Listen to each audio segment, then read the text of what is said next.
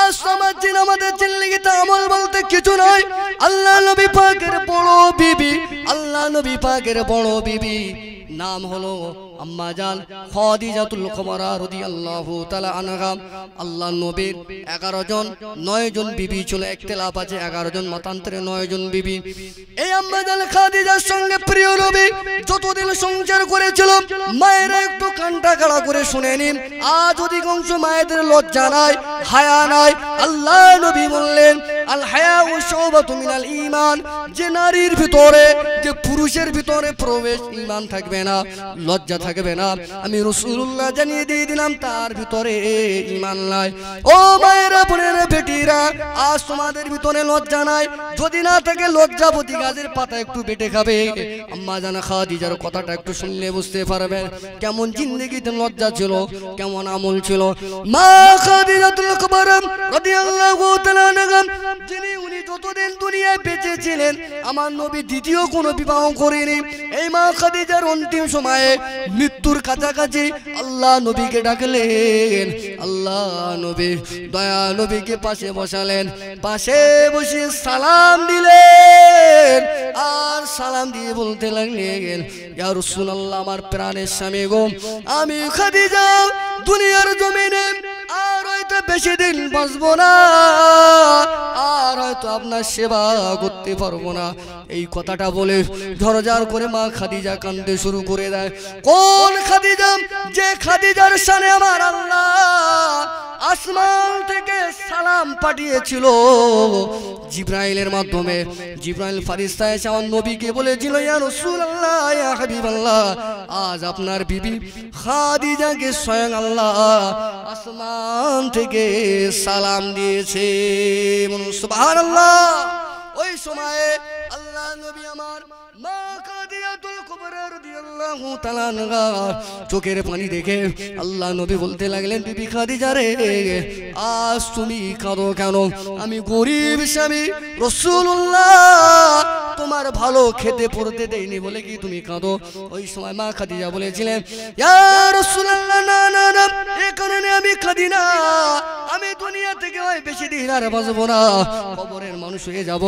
সুতরাং আপনার কাছে কয়েকটা আমার শর্ত রয়েছে, জীবনে এই শর্তগুলি কি আপনি পালন করতে পারবেন? আজ আমরা স্বামী স্ত্রী ব্যবহার করি, স্বামীর কথায় বিবি খুশি নাই, বিবির কথায় স্বামী খুশি নয়। স্বামী এক মাথায় থাকে আর বিবি আর এক মাথায় থাকে। আর খেতে শুতে উঠতে বসতে শুধু ঝগড়া। সকালবেলা ঝগড়া করে কাজে যায় আর বাড়ি এসে ঝগড়া করে। এরকম ফ্যামিলি এমনও রয়েছে, সকালবেলা উঠবে, উঠি পরে বসে ঝগড়া বাঁধাবে, বাদিয়ে একদম ঝগড়া বেঁধিয়ে কাজে চলে যাবে। আর বাড়িতে রাত্রির বেলা এসে তরকারিতে নুন হয়নি কেন উইলে একজন ঝগড়া বাঁধিয়ে শুয়ে পড়বে। মা খাদিজা, মায়েরা শোনেন কবর কেমন জায়গা। মা খাদিজার শানে প্রিয় নবীর শানে জিবরাইল ফেরেশতা সালাম দিয়েছে, আল্লাহ পাক সালাম দিয়েছে সেই মা খাদিজা। মা খাদিজা বলতে লাগলেন ইয়া রাসূলুল্লাহ, আমি গাড়ির জন্য কাঁদি না, বাড়ির জন্য কাঁদি না, সুখ শান্তির জন্য আমি কাঁদি না। ইয়া রাসূলুল্লাহ, ইয়া হাবিবাল্লাহ, আমি খাদিজা এই কারণে কাঁদি, আমি হয়তো দুনিয়ার জমিনে বেশি দিন বাঁচবো না। ইয়া রাসূলুল্লাহ, ইয়া হাবিবাল্লাহ, আমি যখন মারা যাব, দুনিয়া জমিন থেকে বিদায় নিয়ে চলে যাব, সর্বপ্রথমে আমি যখন মারা যাব আমার লাশ দিয়ে, আমার লাশটাকে আপনার শরীরের জুব্বা দিয়ে কাফন বানাবে। সুবহানাল্লাহ। জোরে বলতে পারলেন না সুবহানাল্লাহ? আল্লাহ নবী বললেন বিবি আর কি শর্ত? সংক্ষেপে বলি, মা খাদিজা বলতে লাগলেন ইয়া রাসূলুল্লাহ, আমাকে যখন দাফন কার্য হয়ে যাবে, আমার লাশখানা কবরে দাফন করে দিয়ে আপনি চলে যাবেন না, কিছুক্ষণ দাঁড়িয়ে ওই জায়গাতে আমার জন্য আল্লাহর দরবারে একটু দোয়া করবে। নবী আমার বলতে লাগলেন বিবি রে আর কি শর্ত গো? মা খাদিজা এবার 3 নম্বর বলতে লাগলেন ইয়া রাসূলুল্লাহ, সংসার জীবনে আমি চেষ্টা করেছি, আমার কোটি কোটি টাকা ছিল দিনকে বাঁচানোর জন্য, ইসলামকে জিন্দা করবার জন্য। আমি খাদিজা আপনার রাস্তায়, আল্লাহর রাস্তায় আমি কোটি কোটি টাকা দান করে দিয়েছি, তাতে আমার দুঃখ নাই। কিন্তু আমার যে আরেকটা শর্ত হলো, সংসার জীবনে আপনার সঙ্গে ঘুরেছি, আপনার সঙ্গে আমি চলাফেরা করেছি, ইয়া রাসূলুল্লাহ, আমার সেবার দ্বারা, আমার জবানের কথার দ্বারা, আমার আখলাকের দ্বারা, আমার ব্যবহারের দ্বারা আপনি যদি কষ্ট পেয়ে থাকেন, ইয়া রাসূলুল্লাহ, আল্লাহর রাস্তায় আমার ক্ষমা করে দেবেন। বলুন সুবহানাল্লাহ।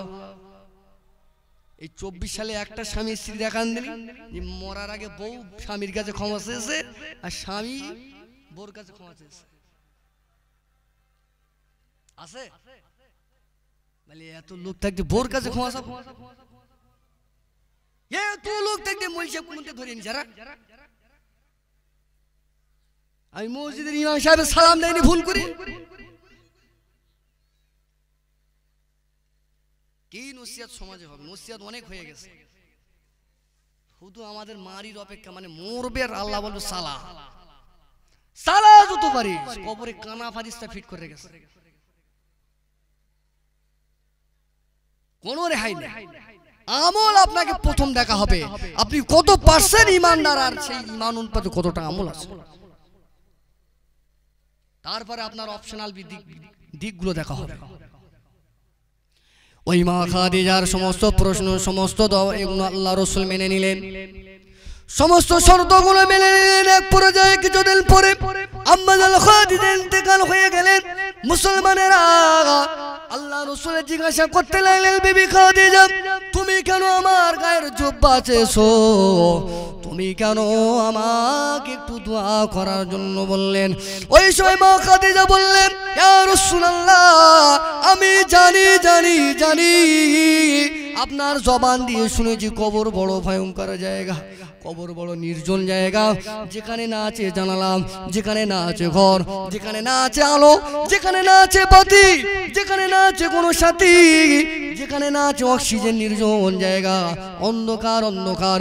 ইয়া রাসূলুল্লাহ, ওই জায়গাতে আমি খাদিজা আমাকে রেখে যখন চলে আসবে একা, ইয়া রাসূলুল্লাহ, আমি কত সুন্দর আলো বাতাসে, আপনি রাসূলুল্লাহ, আপনার আমি সেবা যত্ন দুনিয়ার আলো বাতাসে করতে পেরেছি, দুনিয়ায় আলো বাতাস দেখতে পাই, ওই কবরে যখন আমাকে রেখে আসবে আমি খাদিজা কি করে আমি সেই জায়গাতে আমি শুনবো? তাকবীর, নারে তাকবীর, তাকবীর, নারে তাকবীর। আরে বাবা, আপনারা যেন তাকবীর দিচ্ছেন মনে হচ্ছে যেন 12টা বেজে গেছে। একটু ঝুরি সুরি ঝেড়িয়ে একদম শয়তানের লাথি মেরে তাড়িয়ে দিয়ে একদম আল্লাহ পাকের রহমত যাতে নামে এই মাহফিলে, শয়তান যাতে একদম একদম আপনার সেই ধামাখালির সন্দেশখালি যেন পার হয়ে যায়, এরকম ঝেড়ি তাকবীর, নারে তাকবীর। আল কোরআনের আলো, আল হাদিসের আলো, মাসলাকে মুজাদ্দিদে জামান, মাসলাকে মুজাদ্দিদে জামান জনাব পীরজাদা ভাইজান হুজুর কিবলা, পীরজাদা ভাইজান হুজুর কিবলা, সিলসিলা হক ফুরফুরা শরীফ, নারে তাকবীর। চিন্তা নেই, ভাইজান এসে গিয়েছে, নির্দিষ্ট সময় আপনাদের কাছে আসবে। যে কথা আমি বলছিলাম, আম্মা জান খাদিজা এইভাবে আল্লাহ রসুলের কাছে বললেন। আল্লাহ রসুল সাল্লাল্লাহু আলাইহি ওয়াসাল্লাম, আমি আপনাদেরকে বোঝাতে চাইছি এটাই, যে মা খাদিজার, যে মা খাদিজাকে আল্লাহ সালাম দিয়েছে, যে মা খাদিজাকে আল্লাহ রসুল মহব্বত করতেন, যে মা খাদিজাকে জিবরাইল ফেরেশতা সালাম দিয়েছে, যে মা খাদিজার জিন্দেগীর আমল কোনো ত্রুটি ছিল না, সেই মা খাদিজা কবরের ভয় করেছে। যে মা খাদিজার জীবনে আমলের অভাব নেই, সেই মা খাদিজা যদি কবরকে এত ভয় করে নবীর কাছে দোয়া চাইতে পারে, আমাদের কি কিছু আছে যে লাইনে দাঁড়াবো, ফেরেশতা একবার করে এসে তুই ঠেলা দেবে আর চলে যাবো, এরকম কোনো ব্যাপার আছে? একটু দরুদ শরীফ পড়ি, আল্লাহুম্মা সাল্লি আলা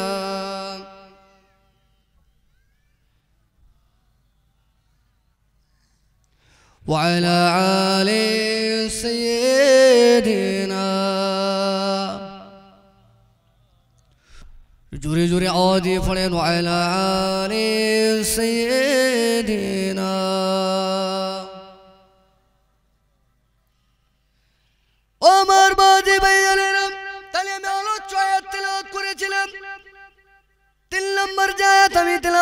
গেছিলাম।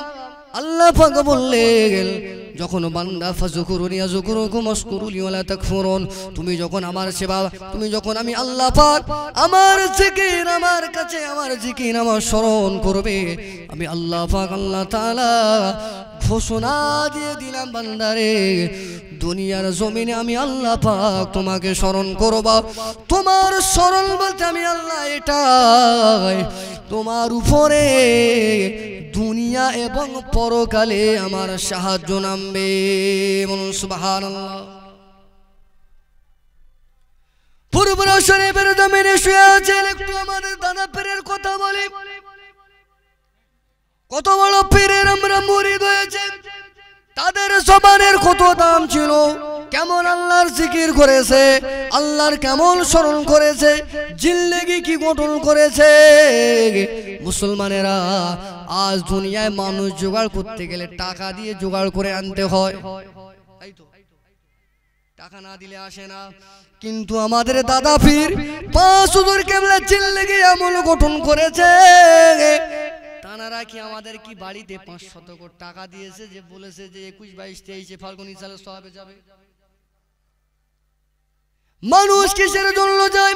আল্লাহ কুরআনুল কারীমের ভিতরে বললেন আলা ইন্না আউলিয়া আল্লাহ লা খাউফুন আলাইহিম ওয়ালা হুম ইয়াহজানুন।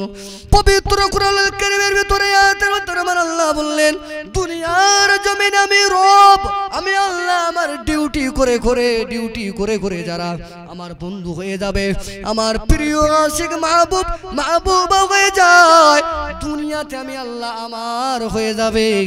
আমি আল্লাহ পাক তাদের জন্য খুশির খবর জানিয়ে দিলাম, কবরে হাসরে মিজানে পরকালে এই দুনো জগতে আমি আল্লাহ তাদের হয়ে যাব, আর তাদের কোনো চিন্তা নাই। বলুন সুবহানাল্লাহ। ফুরফুরা শরীফের জমিনে আমাদের দাদা পীরের জবানের তাসির কেমন ছিল, কেমন আল্লাহর হয়েছে। এ মুসলমানেরা আজ সমাজে এমন মানুষ রয়েছে যারা পীরের কথা শুনলে গাঁজালা করে, আল্লাহর ওলিদের কথা এরা মনে করেছে বাংলাদেশে গাঁজা টানে, এরা মনে করেছে বাংলাদেশে 7 দিন গা ধোয় না, 1 মাস 1 বছর গোসল করে না, গা দিয়ে দুর্গন্ধ পাঁটার মতো গন্ধ বার হয়, গলায় পইতে ঝুলিয়ে রেখেছে সাধুর মতো করে। এরা মনে করছে হতচ্ছাড়া কপাল ফাটারা, এরা মনে করছে ওই পীর আর ফুরফুরার পীর মনে হয় সমান। না মিয়া সাহেব, না না না, আমাদের দাদা পীর কত বড় মাপের আলেম ছিলেন। দাদা পীরের হাতে বসিরহাটের জমিনে যে আলেমটার মাজার রয়েছে, আমাদের মাওলানা বাগে যে আলেমের মাজার রয়েছে, আল্লামা বসিরহাটের আল্লামা হুজুর আল্লামা রুহুল আমিন শাহ রাহমাতুল্লাহ আলাইহির মতো এত বড় মাপের আলেম এই পশ্চিম বাংলার জমিনে হয়নি আর হবে না। এইরকম ধরনের একজন বড় আলেম পর্যন্ত আমাদের দাদা পীরের কাছে গিয়ে বায়াতে মুরিদ হয়েছে। যে আলেমটা 2 পাতায় একানোকাল থেকে পড়ে এসে গ্রামে ফতোয়া বাজারি করে, তাদেরকে বলবেন বসিরহাটের আল্লামা কি কম বড় মাপের আলেম ছিলেন? তাহলে উনি যদি এত বড় মাপের আলেম হয়ে তিনি যদি বায়াত গ্রহণ করে, ডক্টর শহীদুল্লাহ 18 ভাষায় MA পাস, ওই ডক্টর শহীদুল্লাহর মতন শিক্ষিত মানুষ তিনি বুঝলেন নামাজ রোজা শরিয়াতের পাশাপাশি আরেকটা জ্ঞান রয়েছে, সেই জ্ঞানটাকে আধ্যাত্মিক জ্ঞান বলা হয়, যেটাকে ইলমে তাসাউফের জ্ঞান বলা হয়। এত বড় বড় পণ্ডিতেরা আমাদের দাদা পীরের কাছে মুরিদ হয়েছে। মুসলমান পীরেদের কাজ হলো বায়াত করা। বায়াত মানে পীরেদের কাজ হলো বায়াত মানে পীরের কাছে বিক্রি হয়ে যাবা। পীরের কাছে আপনি যখন বিক্রি হয়ে যাবেন নিজের মন গড়া চলতে পারবেন না। কোরআন হাদিস ইজমা কিয়াস থিওরি অনুযায়ী পীর আপনাকে যে নির্দেশ দেবে সেই নির্দেশ মানতে হবে। এ মুসলমানের আমি যেটা বলতে চাই, তিনি জিন্দেগি কেমন গঠন করেছিলেন। হুজুর আমার ফুরফুরার জমিনে হুজুর আমার তাশরীফ রেখেছেন, বসে আছেন। এমন সময়তে ত্রিপুরা থেকে একজন ব্যক্তি চলে গেল, দাদা পীরের দরবারে চলে গেলেন। দাদা পীরের দরবারে গেলেন, তার একটা মেয়েকে নিয়ে গেলেন। এ মুসলমানের আগা, ওই মেয়েটার ছিল দুই চক্ষু কানা, দুই চক্ষু অন্ধ হয়ে গিয়েছে।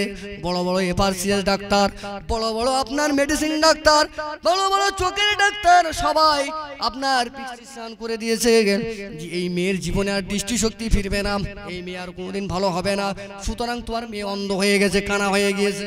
ও মুসলমানেরা, এক পর্যায়ে ওই ব্যক্তিটা নিরুপায় হয়ে, একটা মাত্র মেয়ে, বড় আদরের মেয়ে, এবারে তিনি কি করবেন? তিনি পরিশেষে ফুরফুরা দাদা পীরের নাম শুনলেন।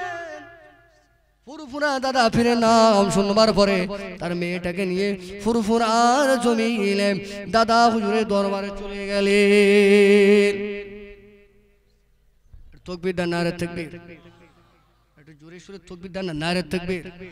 মাসলাকে মুজাদ্দিদে জামান, সিলসিলা হক ফুরফুরা শরীফ, নারে তাকবীর। পীরজাদা ভাইজান হুজুর কেবলা, পীরজাদা ভাইজান হুজুর কেবলা, নারে তাকবীর। যে কথাটা আমি বলছিলাম, এক পর্যায়ে দাদা হুজুরের দরবারে নিয়ে চলে গেলেন। দাদা হুজুরের দরবারে যখন নিয়ে চলে গেলেন, হুজুরকে বললেন, হুজুর আমার এই মেয়ের জন্য একটু দোয়া করুন, আমার মেয়েকে আপনার কাছে এনেছি, কানা হয়ে গেছে। বলে, বাবা যেখানে ডাক্তার ফেল, এপারসিএস বড় বড় লন্ডন 5 বিলিয়ন ডাক্তার যেখানে ফেল, আমি কি করব বাবা?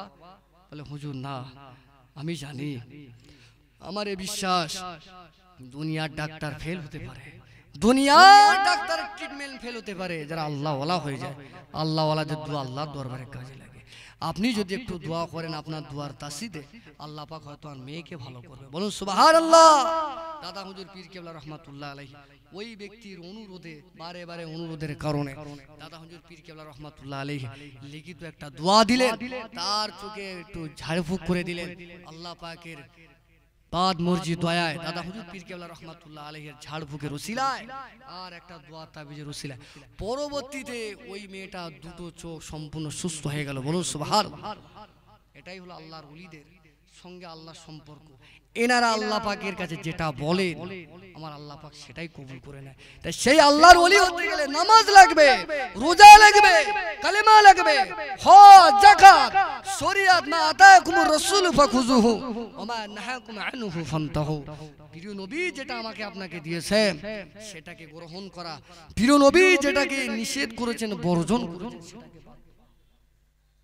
অনেকক্ষণ ধরে তো ওয়াজ শুনেছেন, এর ভিতরে নামাজি কতজন একটু হাত তোলেন দেখি, মাসলে নারে তাকবীর। তো বাবা মহব্বত হাত তোলেন আর তুলে রাখে, নারে তাকবীর। নামা নামা এতক্ষণ ধরে প্রায় 1.5 ঘন্টার উপর আলোচনা করলাম।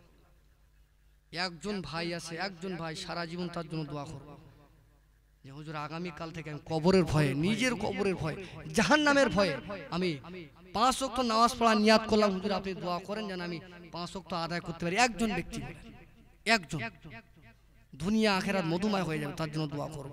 এই ওয়াজ আয়োজন করা সার্থক হবে। একজন, একজন হাত তোলেন, একজন। দরুদ শরীফ পড়ি, আল্লাহুম্মা উঠে দাঁড়ান, নারে তাকবীর, নারে তাকবীর। মাসলাকে মুজাদ্দিদে